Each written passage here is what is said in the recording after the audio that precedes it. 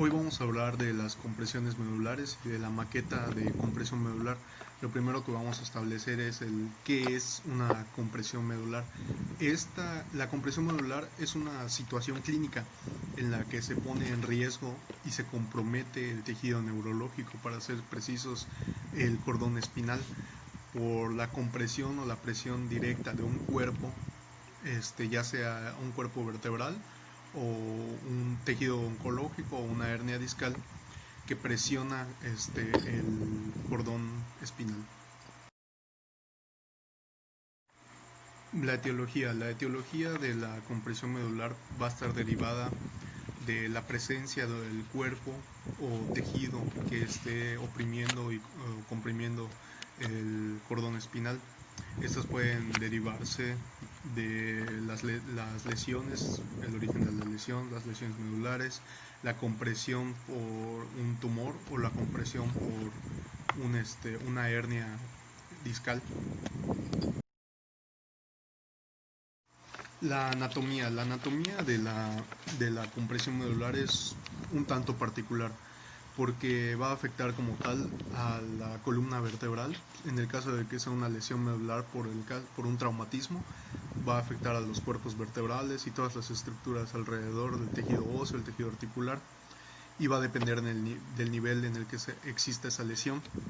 Pero también va a afectar a los músculos y a los órganos que estén inervados de acuerdo a ese nivel espinal. Por ejemplo, si se tratara del nivel C6 o C5 de la columna cervical, estarían afectados los músculos del brazo y del antebrazo. La fisiopatología de la compresión medular va a ser muy similar al de las lesiones medulares y va a tener las mismas características en el caso de que sea una lesión o una compresión. Por ejemplo, si tratáramos una lesión medular por un cuerpo extraño en el que se secciona una parte de la médula espinal, lo primero que va a existir es el shock espinal, en el cual va a haber una falta de oxígeno, va a haber una hipoxia isquémica del tejido y va a haber una afectación de este como tal. Y también podríamos hablar de un tumor. Un tumor es un poco más complicado que eso, porque va a estar alojado alrededor del cordón espinal y puede estar por encima de las meninges o entre las meninges o entre las meninges y el cordón espinal, y se va a alimentar de la circulación sanguínea que existe entre el cordón espinal y el tumor, y va a limitar de los nutrientes suficientes hacia el cordón espinal. También debemos de estar atentos a cuáles son las manifestaciones que va a existir, las manifestaciones clínicas que van a crearse a partir de las derivaciones fisiopatológicas.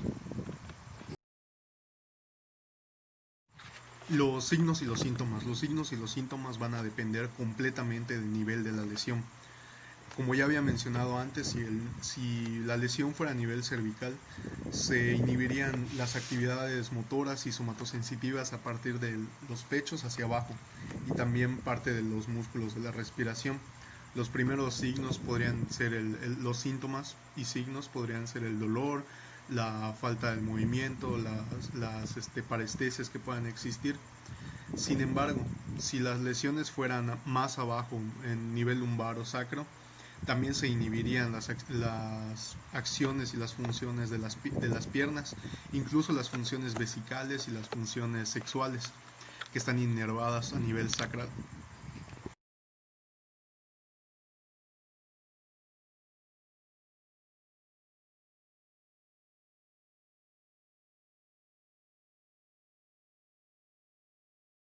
Ahora vamos a hablar del tratamiento. Lo principal en la compresión medular va a ser el tratamiento precoz. El tratamiento precoz, el diagnóstico precoz, para que los resultados sean aún mejor. Por ejemplo, vimos que con la lesión espinal, lo primero que se debe prevenir es el shock espinal, ya que este va a traer consigo consecuencias a nivel histológico, en la irrigación sanguínea y en el déficit neurológico que puede ocasionar. Y también, por ejemplo, en el caso de las compresiones medulares, que también puede ser compresiones por tejido oncológico o en el caso de una hernia, podríamos hablar del el caso específico del tumor que pueda existir, en el cual puede tratarse con cirugía o con quimioterapias. Y en el tratamiento fisioterapéutico había un ejemplo muy claro en la bibliografía que nos hablaba sobre las lesiones que pueden existir a nivel cervical y las funciones que podrían existir. Por ejemplo, hablaban de C5 y de que a nivel de C5 todavía podría existir función y motora de los músculos del deltoides y bíceps braquial, y eso a partir de ahí es una ayuda para la funcionalidad del resto de los músculos. También hablaba de las lesiones a partir de C6, C7 y hasta C8, y que en C8 ya incluso puede existir función de los dedos de la mano, de la muñeca, del antebrazo, ya todos juntos, incluidos también nivel C7, C6. El conocimiento que he adquirido al estudiar sobre este tema, la verdad es muy fascinante. Por ejemplo, la funcionalidad de la médula espinal, lo increíble que puede llegar a ser y los alcances que tiene hacia los músculos, hacia los órganos que existen en el cuerpo, y sobre cómo las lesiones, por decir, de la médula, de la neurona motora anterior, neurona motora posterior o superior o inferior, y cómo a través de estos pueden existir ciertos síndromes que pueden abolir las funciones motoras o sensitivas, y también va a depender de los tractos que se vean afectados, como el tracto corticoespinal o el tracto espinotalámico. Unas controlan las funciones motoras, otras las somatosensitivas, cómo se ven afectados igual los reflejos que son tan importantes. Otro conocimiento que me pareció muy interesante sobre este tema es cómo la acción de los reflejos y cómo estos pueden ser independientes de los centros superiores, los centros cerebrales superiores. En el caso de que exista una lesión de la médula espinal, estos pueden conservarse aún después de eso, ya que no son independientes de los centros superiores. Nos daba el ejemplo de que en el caso de un shock espinal, después de que este se logre controlar, pueden regresar los reflejos y el tono muscular con cierto grado de espasticidad, pero los reflejos pueden existir aún.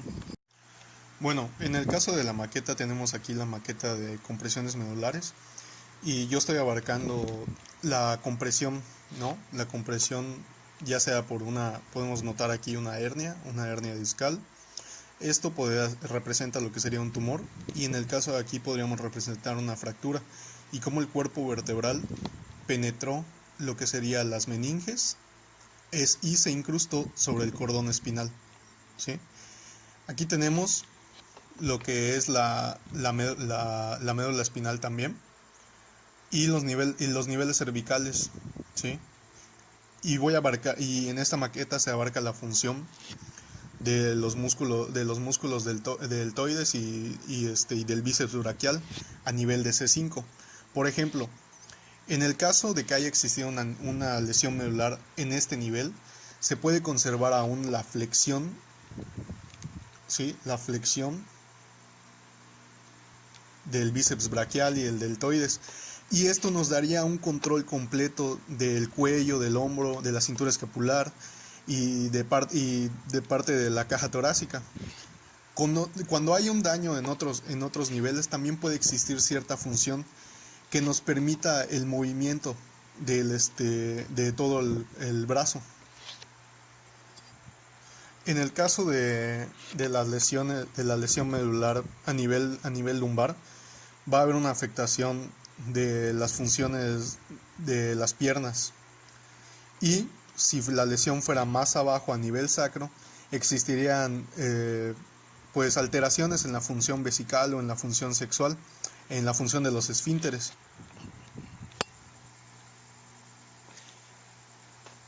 Y aquí podemos ver cómo la maqueta hace el movimiento de la flexión de codo, que sería la función principal del bíceps braquial, ¿sí?